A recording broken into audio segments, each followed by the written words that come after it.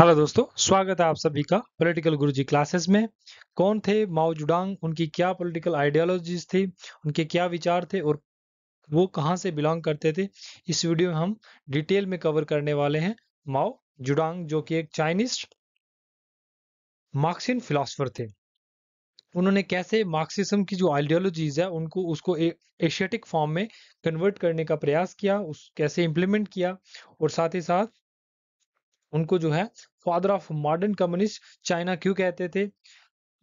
और वो एक इम्पॉर्टेंट जानकारी आपको बता देना चाहता हूँ माओ जुडांग के बारे में। माओ जुडांग जो थे आज की जो कम्युनिस्ट पार्टी ऑफ चाइना है उसके फाउंडर माने जाते हैं। तो उन्होंने कैसे मार्क्सिज्म आइडियोलॉजीज को एशियाटिक फॉर्म में कन्वर्ट किया, तो इस वीडियो में हम कवर करने वाले हैं उनके डिटेल पॉलिटिकल आइडियाज को, उनकी बुक्स को और साथ ही साथ उनके जो फेमस वर्क्स हैं और साथ ही साथ जो उनकी इंपॉर्टेंट कोट्स हैं जो अक्सर एग्जाम्स में पूछी जाती हैं, तो उनको कवर करने वाले हैं। जो स्टूडेंट्स नए हैं जिनको अभी तक पता नहीं है उनको मैं बताना चाहता हूँ कि हमारा जो चैनल है ये सेपरेटली डेडिकेटेड है पॉलिटिकल साइंस स्टूडेंट्स को लेकर। तो जिन्होंने अभी तक चैनल को सब्सक्राइब नहीं किया वो चैनल को सब्सक्राइब कर सकते हैं और साथ ही साथ बेल आइकन को प्रेस करके रख लीजिए। हम जो है अभी जो है पॉलिटिकल थिंकर्स को जो है कवर कर रहे हैं एमसीक्यूज की फॉर्म में। यहाँ पे हम सिर्फ एमसीक्यूज नहीं लाते, उसके एमसीक्यूज के माध्यम से हम जो है डिटेल कॉन्सेप्ट्स को कवर करने का प्रयास करते हैं। तो हम माओ जुड़ांग को कवर करने वाले हैं, उनके डिटेल आइडियाज को समझने वाले हैं एमसीक्यूज की फॉर्म में।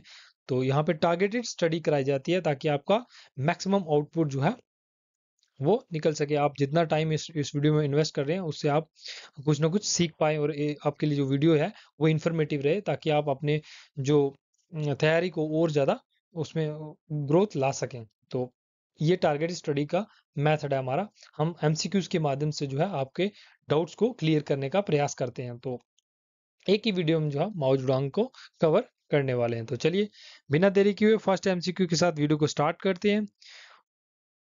फर्स्ट एमसीक्यू है आज का, which of the following is a key concept in Mao Zedong's political thought. Mao Zedong का जो पॉलिटिकल थॉट है उसमें इनमें से इन चारों में से ऑप्शन में से कौन सा जो है उनका की कंसेप्ट माना जाता है, किसके ऊपर वो फोकस करते हैं अपनी जो आइडियाज में। Option number A dialectical materialism, B liberal democracy, C capitalism capitalist expansion या फिर डी मार्केट इकोनॉमी। तो मैं आपको बताना चाहता हूँ, एक इंफॉर्मेशन आपके लिए बेनिफिशियल रहेगी। जैसे देखिए कार्ल मार्क्स जो पैदा हुए थे वो कैपिटलिस्ट सोसाइटी में पैदा हुए थे। कोई भी थिंकर अगर उसके आइडियाज को समझना तो उसके बैकग्राउंड को समझना आपके लिए बहुत ज़्यादा ज़रूरी है। तो अब माओ जुड़ांग जो थे वो पैदा हुए थे चाइना में। तो चाइना जो थे वो एग्रीकल्चर बेस्ड इकोनॉमिक सोसाइटी थी। तो जो मार्क्स जो थे वो जहाँ पैदा हुए वहाँ पे कैपिटलिस्ट सोसाइटी थी। तो ये डिफरेंस होने के कारण जो है उनके विचार भी अलग अलग थे। उन्होंने कैसे कम्युनिज्म को अपने अपने हिसाब से इम्प्लीमेंट किया ये हम यहाँ पे समझेंगे। तो माओ जुडांग जो थे उन्होंने जैसे कार्ल मार्क्स जो है सोसाइटी को कैपिटलिस्ट सोसाइटी को डिवाइड करते हैं बर्जर्स और प्रोलेटेरिएट क्लास में। माओ जुडांग जो है वो लैंडलॉर्ड और पीजेंट क्लास को दो भागों में डिवाइड करते हैं और वो बताने का काम करते हैं कि कैसे लैंडलॉर्ड्स होगी जो पीजेंट्स को एक्सप्लॉइट करने का काम करते हैं। तो जो रूरल बेस्ड इकोनॉमी है, जो रूरल पॉपुलेशन है उनका कैसे एक्सप्लॉइटेशन होता है अर्बन पीपल्स के द्वारा। तो ये यहाँ पे माओ जुडोंग जो है इस एरियाज एग्रीकल्चर एक्टिविटीज को लेकर जो है अपने विचार जो है उसको जो कार्ल मार्क्स के विचार है उनको मॉडिफाई करके यहाँ पे इम्प्लीमेंट चाइना में इम्प्लीमेंट करने का काम करते हैं। तो इसलिए उनको father of modern communist China भी कहा जाता है। तो यहाँ पे वो राइट आंसर क्या होगा, विच of the following is the key, उनका की कंसेप्ट क्या है। तो right answer option number A जो है वो सही है। डायलैक्टिकल मटेरियलिज्म के ऊपर वो फोकस करते हैं। वो यहाँ पे इस कंसेप्ट के माध्यम से बताने का प्रयास करते हैं कि कैसे मटेरियल जो है वो इम्पोर्टेंट होता है और जो हिस्टोरिकल डेवलपमेंट होती हैं उसमें जो है जैसे जो फोर्सेस कौन सी फोर्सेस होती हैं जो मिट्टी वस्तुबाद जिसके पास जो है प्रोडक्शन है, जो मीन्स ऑफ प्रोडक्शन है जिसके हाथ में होते हैं वही जो है डिसाइड करता है सोसाइटी को कैसे रन करना है। तो वो एक्सप्लोटेशन का काम करता है। तो यहाँ पे कंट्राडिक्शन जो होती हैं पैदा होती हैं डिफरेंट फोर्सेस के कारण, उससे क्या होती है हिस्ट्री की डेवलपमेंट होती है। जो हिस्ट्री बनती है वो किससे बनती है, थ्रू कॉन्ट्राडिक्शंस। जो कार्ल मार्क्स का कॉन्सेप्ट है synthesis sorry thesis antithesis and synthesis जो कॉन्सेप्ट है उसी को वो यहाँ पे एग्रीकल्चर सोसाइटी में इम्प्लीमेंट करने का काम करते हैं। Next question number second, Mao Zedong famous strategy of rural guerrilla warfare is best described as. उनकी जो गुरिल्ला वारफेयर जो टैक्टिक्स थी, जब जो जो उनकी टेक्निक थी, वो उनके विचार थे कि जो रूरल पॉपुलेशंस है या फिर जो पीजेंट्स है, उनको अगर एक्सप्लॉइटेशन से बचना है तो उनको गुरिल्ला वारफेयर मतलब छुप कर आक्रमण करना होगा, जो छोटी छोटी टुकड़ियों में बंटकर, तो क्या करना होगा, अटैक करना होगा किसके ऊपर, जो जो उनका एक्सप्लॉइटेशन कर रहे हैं उनका, तो उनको अपने रास्ते से हटाना होगा। तो ये जो जो टैक्टिक्स है, इनका वर्णन जो है अपनी किस फेमस वर्क में करते हैं। A, urban insurgency, B, people's war, C, military crease, D, defensive retreat.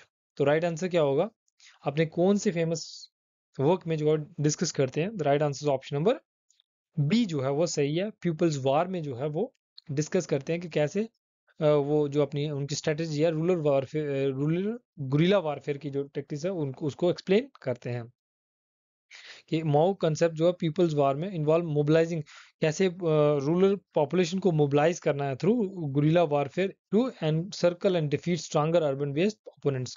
जो अर्बन बेस्ड जो शहर में रहने वाले जो उनके ओपोनेंट्स हैं, उनको कैसे हराना है, तो गुरिल्ला वारफेयर को कैसे यूज करना है। तो ये सब स्ट्रेटेजी को माओ जुडांग अपने फेमस वर्क पीपल्स वार में डिस्कस करते हैं।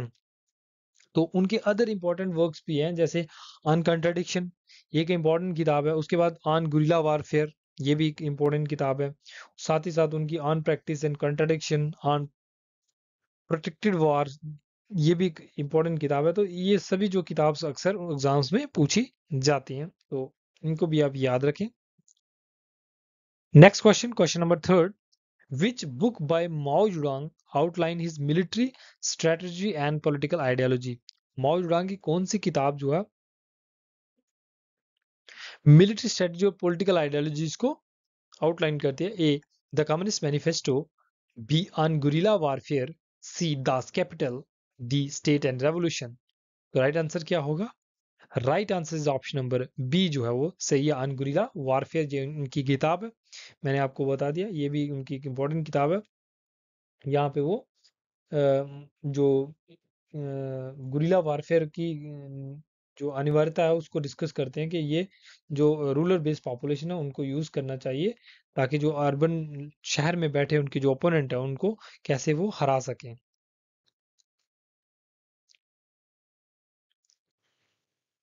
Next question number fourth, Mao Zedong emphasise the role of which class in the revolution. Mao Zedong जो है किस क्लास की जो है रोल को इंपॉर्टेंट मानते हैं क्रांति लाने में। ए, प्रोलिटरेट, बी, बर्जस, सी, पीजेंट्री, डी, एरिस्टोक्रेसी। तो अभी मैंने आपको बताया कि माओ माओ जुडांग जो है किस सोसाइटी में पैदा होते हैं, तो उसी हिसाब से आप अपना गेस लगा के भी इसको आंसर को अटेम्प्ट कर सकते हैं आराम से। तो राइट आंसर क्या होगा, ऑप्शन नंबर सी जो है वो सही है, क्योंकि वो एग्रीकल्चर बेस्ड इकोनॉमी में पैदा होते हैं। तो यहाँ पे पीजेंट्स की वो बात करेंगे।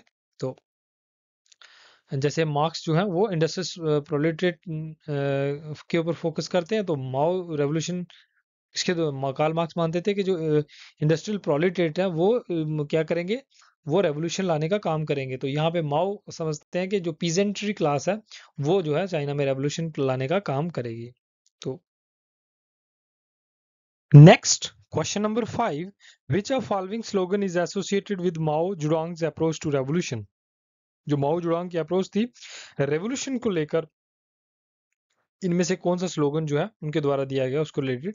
Option number A, all powers to the soviets, B, powers to the people, C, let's 100 flower blooms, D, workers of the world unite. तो इनमें से कौन सा जो स्लोगन है उनके द्वारा दिया गया, right answer is option number कौन सा सही है इनमें से, ऑप्शन नंबर सी जो है वो सही है। लेट्स 100 फ्लावर ब्लूम, जो जो उनकी 100 फ्लावर्स पॉलिसी है, जहाँ पे वो डिस्कस करते हैं कि माओ जुडोंग जो है अपनी जो कल्चरल रेवोल्यूशन जो उनके द्वारा लाया गया था, उसमें जो है उन्होंने ये 100 फ्लावर पॉलिसी को प्रमोट किया था, जहाँ पे वो एम्फेसाइज करते हैं कि हर एक जो थिंकिंग है, हर एक इंडिविजुअल्स की जो थिंकिंग है वो एक फ्लावर की तरह है, और जितनी भी डिफरेंट डिफरेंट जो डाइवर्सिटी है थिंकिंग में, उसको क्या करना चाहिए, ब्लूम उसको एक्सपेंड करने का मौका मिलना चाहिए। तो यहाँ पे वो डिस्कस करते हैं कि फ्रीडम ऑफ एक्सप्रेशन को जो है वो क्या करते हैं, मतलब प्रमोट करने का काम करते हैं। तो ये लेट 100 फ्लावर पॉलिसी जो है उनके द्वारा दी गई थी, जो उनके द्वारा कैंपेन चलाया गया था, जहाँ पे डाइवर्सिटी ऑफ ओपिनियंस और क्रिटिसिज्म को वो क्या करते हैं, एनकरेज करते हैं। Next question, question number 6, what is the significance of long march in Mao Zedong's political career? जो लॉन्ग मार्च जो in Mao Zedong political career में क्या है? Option number A, it mark the defeat of the communist party, B, it was a retreat that strengthened communist forces, it was a campaign to spread democracy, it lead to the establishment of Republic of China। तो इनमें से क्या सही है? Long मार्च है उसका क्या significance है? तो क्या उनमें से क्या सिग्निफिकेंस हो सकता है लॉन्ग मार्च का? राइट आंसर क्या होगा? Right answer is option number B जो है सही है। ये क्या करेगा, जिससे क्या होगा, कम्युनिस्ट फोर्सेस को जो है वो स्ट्रेंथ मिलेगी। Long March was a strategic retreat by the Chinese communists that allowed them to regroup and ultimately gain popular support। वो फिर से क्या हो सकते हैं, संगठित हो सकते हैं, और संगठित होकर क्या करेंगे, एक पॉपुलर सपोर्ट को जनरेट करेंगे, जिससे क्या होगा, फिर से वो अपने आप को विस्थापित कर सकते हैं। Next question, question number 7, which campaign was launched by Mao Zedong to rapidly transform China into a socialist society? China को जो है वो जल्दी से क्या करना चाहते थे, एक रफ्तार में जो है सोशलिस्ट सोसाइटी में कन्वर्ट करना चाहते थे। तो उसके लिए उन्होंने कौन सी कैंपेन चलाई थी? Option number A, the great leap forward, B, the cultural revolution, C, the new economic policy, D, the open door policy. उनके द्वारा कौन सी पॉलिसी या कैंपेन चलाया गया था जो चाइना को सोशलिस्ट सोसाइटी में कन्वर्ट करना चाहता था? तो राइट आंसर क्या होगा? Right answer option number A जो सही है, द ग्रेट लीप फॉरवर्ड जो है वो उनके द्वारा चलाया गया एक कैंपेन है, जिसमें वो क्या करते हैं, इकोनॉमिक और सोशल कैंपेन था, जहां पे वो चाइना की ट्रांसफॉर्मेशन की बात करते हैं, from an agrarian society into a socialist society में, through rapid industrialisation and collectivisation. मतलब वो चाइना में इंडस्ट्रियलाइजेशन लाना चाहते थे, वो एग्रीन सोसाइटी को सोशलिस्ट सोसाइटी में कन्वर्ट करना चाहते थे। Next question number 8, what was the one of the major consequence of the great leap forward? जो ग्रेट लीप फॉरवर्ड जो उनके द्वारा कैंपेन चलाया गया, उसका मेजर कॉन्सिक्वेंस इनमें से क्या है? Option number A, economic prosperity, B, widespread famine, C, increased foreign investment, या डी, पॉलिटिकल लिबरलाइजेशन। तो उसके क्या दुष्परिणाम थे? ऑप्शन नंबर कौन सा सही रहेगा इसमें, जल्दी से बताइए, ग्रेट लीप फॉरवर्ड के। तो ग्रेट लीप फॉरवर्ड के जो कॉन्सिक्वेंसेस सबसे मोस्ट जो मेजर है, वो वाइड स्प्रेड फेमाइन, इससे क्या हुआ, बहुत ज्यादा अकाल पड़ने लगे। क्यों? क्योंकि इतने जो इकोनॉमिक पॉलिसीज थी वो डिस्ट्रेस थी, and result in a wide spread famine, जिससे क्या होगा, इकॉनमी बहुत ज्यादा मतलब नीचे चलेगी। इससे क्या हो गया, बहुत ज्यादा फेमाइन आने लगे, अकाल पड़ने लगे, खाने को भूखमरी होगी, और हेल्थ केयर फैसिलिटीज बिल्कुल डिग्रेड होगी। इससे क्या होगा, मिलियंस डेथ कास होगी। ठीक है, तो ये उसके मेजर कॉन्सिक्वेंसेस थे। Question number 9, Mao statement political power grows out of the barrel of gun emphasize which concept? जो उनकी कोटेशन है, political power grows out of the barrel of guns, तो इसका क्या, किस तरफ ये संकेत करती है, या फिर इसका क्या मैसेज है? Option number A, the importance of economic power, B, the necessity of military forces for political authority, C, the role of diplomacy in gaining power, D, the importance of democratic elections. तो इनमें से क्या सही answer होगा? Political power grows out of a barrel of guns, तो यहाँ पे वो क्या इकोनॉमिक पावर को दिखाना चाहते हैं, या फिर मिलिट्री और पॉलिटिकल अथॉरिटी को की जो नेसेसिटी है, जो उसकी अनिवार्यता, उसको दिखा रहे हैं, या the role of diplomacy in gaining power, या फिर the importance of democratic elections? इनमें से क्या सही हो सकता है? Right answer is option number B जो है सही है, वो military forces for political authority. जो मिलिट्री फोर्सेस की जो नेसेसिटी है किसके लिए? पॉलिटिकल अथॉरिटी, उसको जो है वो कैसे जो है, जो सैन्य शक्ति है वो इंपॉर्टेंट है किसके लिए? फॉर पॉलिटिकल अथॉरिटी, इसको दिखाना चाहते हैं। मतलब जिसके पास सैन्य शक्ति है वही जो राज्य है वो शक्तिशाली है। तो ये चीज जो है, इस चीज को वो कंसिडर करते हैं अपनी कोटेशन के माध्यम से, मिलिट्री पावर को यहाँ पे हाईलाइट करते हैं। Next, question number 10. Which political campaign did Mao launch to reassert his control and eliminate capitalist elements? किस कैंपेन के माध्यम से वो अपना कंट्रोल जमाना चाहते थे, कंट्रोल को विस्थापित करना चाहते हैं, एंड एलिमिनेट कैपिटलिस्ट एलिमेंट्स, जो कैपिटलिस्ट एलिमेंट थे उनको जो है हटाना चाहते थे? Option number A, the anti rightist movement, B the cultural revolution, C the four modernisations, D the reform and opening up. तो इनमें से क्या सही आंसर होगा? माओ ने जो कैंपेन लॉन्च किया, right answer option number B जो है सही है। उनके द्वारा कल्चरल रेवोल्यूशन जो चलाया गया था, वो जो है एक इंपॉर्टेंट काम करता है किसको? To eliminate capitalist elements, capitalist elements को एलिमिनेट करने का काम करता है। ये ग्रैंड प्रोलेटेरियन कल्चरल रेवोल्यूशन को लॉन्च करते हैं, ठीक है, चाइना में, जहाँ पे वो जो क्या करना चाहते थे, जो चाइनीज मार्क्सिस्ट सोसाइटी को वो क्या करना चाहते थे? सेव करना चाहते थे from the wave of industrialisation and bureaucratisation. Bureaucratisation और इंडस्ट्रियलाइजेशन की जो प्रोसेस है उससे उसको छुटकारा पाना चाहते, दिलाना चाहते थे। और उन्होंने इसके लिए जो है रेड गार्ड की जो एक सैन्य मतलब एक ग्रुप तैयार किया, who was mostly students taught the, यहाँ पे मोस्टली क्या थे? स्टूडेंट थे, ठीक है। और जो अपने हाथ में जो कि क्या रखते थे कि लिटिल रेड रेड बुक, जो है लाल किताब अपने हाथ में रखते थे, जिसमें क्या होते थे? माओ के विचार होते थे। तो उन्होंने रेड गार्ड जो है एक मिलिट्री टाइप जो ऑर्गेनाइजेशंस को तैयार किया था, ठीक है। और उन्होंने कैसे अपना कंट्रोल किया किसको? कम्युनिस्ट पार्टी को, और एलिमिनेशन का काम किया किसको? कैपिटलिस्ट फैक्टर्स को जो है उनको रिमूव करने का काम किया। Question number 11, what was the role of the red guard during the cultural revolution? जो रेड गार्ड का क्या रोल था कल्चरल रेवोल्यूशन में? A, protecting cultural heritage, B, promoting traditional values, C, enforcing Maoist ideology and eliminate oppositions, या D, supporting economic reforms? तो right answer क्या होगा? Right answer is option number, red guards का जो आपको role बताना है, तो right answer option number C जो है सही है। वो माउस की जो आइडियोलॉजीज है उसको स्प्रेड करने का काम करते हैं। तो रेड गार्ड जो है वो अपने हाथ में जो है क्या रखते थे? लिटिल रेड बुक को अपने हाथ में रखते थे, जहाँ पे वो माओ के विचारों को कैरी करते थे। रेडिकल यूथ ग्रुप था, ठीक है, रेड गार्ड्स।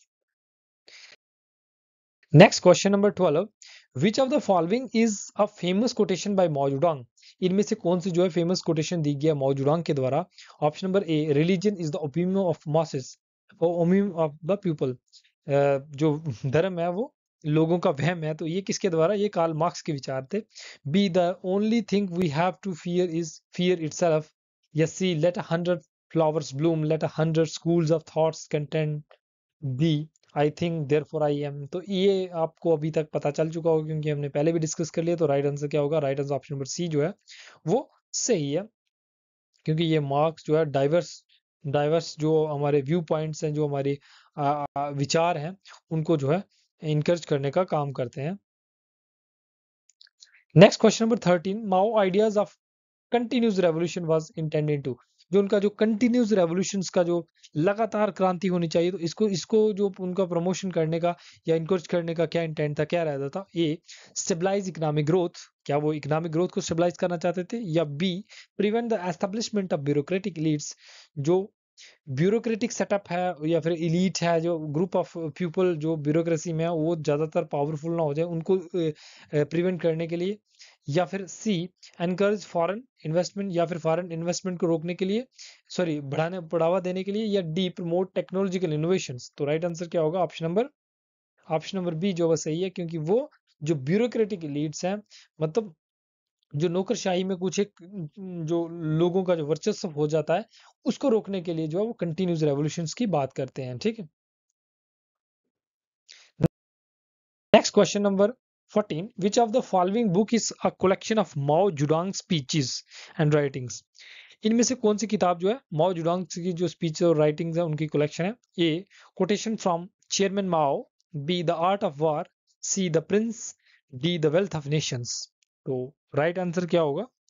कहाँ पे माओ जुडांग की स्पीचेस और राइटिंग जो है वो किस किताब में है? तो राइट आंसर ऑप्शन नंबर, जल्दी से बताइए राइट आंसर क्या होगा? Right answer option number A जो है सही है, कोटेशंस फ्रॉम चेयरमैन माओ जो है, यहाँ पे वो उनकी जो स्पीचेस और राइटिंग जो है ये किताब जो है इंक्लूड करती है,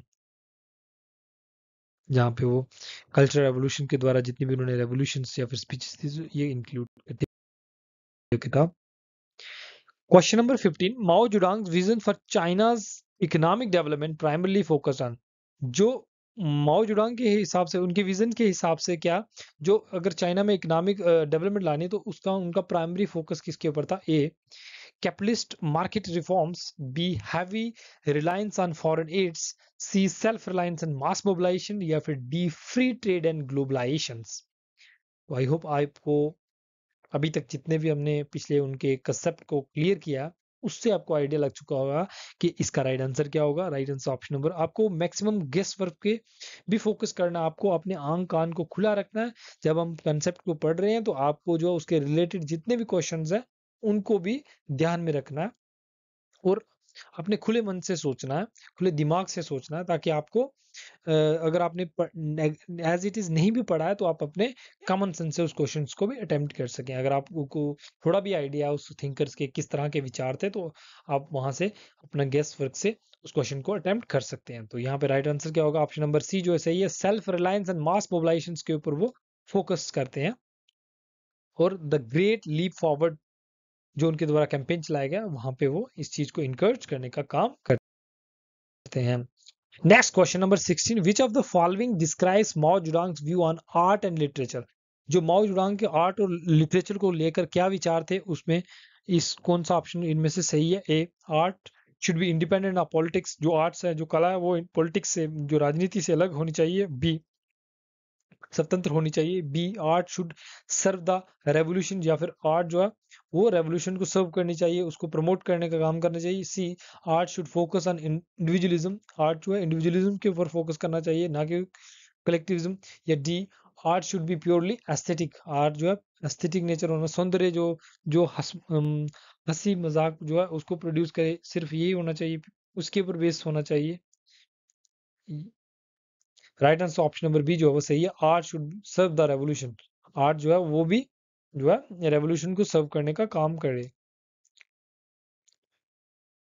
मार्क्स कैसे कल्चर को रेवोल्यूशंस के साथ जोड़ते हैं? तो उसके साथ मिलाकर जो उन्होंने कल्चर रेवोल्यूशंस को, मतलब रेवोल्यूशन लानी है थ्रू कल्चरल मीन्स के द्वारा, तो उनका ये मानना था। Next question number 17, the Yan'an and rectification movement initiated by Mao Zedong aimed at. ये येन जो एक रेक्टिफिकेशन सुधारीकरण जो है एक आंदोलन चलाया गया इन माओ जुडांग के द्वारा,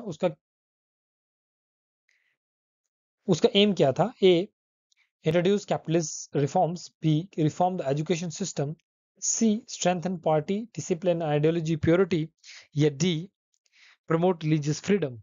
right answer is option number C जही सही है, वो पार्टी में डिसिप्लिन लाना चाहते थे और साथ ही साथ पॉलिटिकल जो आइडियोलॉजिकल प्योरिटी लाना चाहते थे।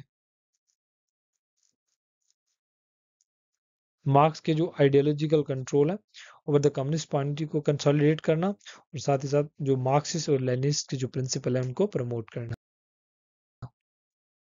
Question number 18, what was a key feature of Mao's concept of new democracy? जो माओ का न्यू कंसेप्ट है, न्यू डेमोक्रेसी का जो कंसेप्ट है उसका की फीचर क्या है? ऑप्शन नंबर ए देखिए हमने उनकी Culture Revolution, the great leap Forward year, the great leap Forward, sorry the great leap Forward है, ईयर नहीं है, the great leap Forward, Culture Revolutions, उनकी कोटेशंस, उनकी बुक्स अभी तक हमने काफ़ी कवर कर लिया उनके बारे में।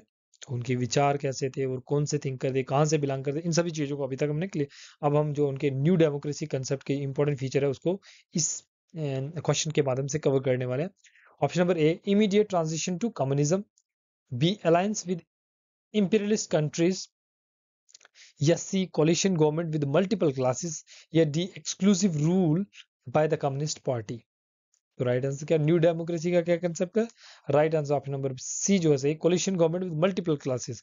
एक कोलिशन गवर्नमेंट होनी चाहिए जहां पे मल्टीपल क्लासेस की जो है पार्टिसिपेशन होनी चाहिए, जहाँ पे पीस एंड वर्कर्स हों, टू ट्रांजिट टुवर्ड सोशलिज्म, जो सोशलिज्म की तरफ जो है, क्योंकि जब सबकी भागीदारी होगी तभी सोशलिज्म की तरफ हम बढ़ सकते हैं।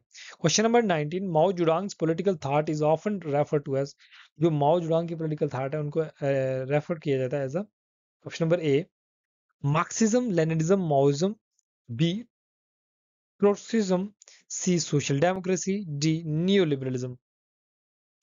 Right answer option number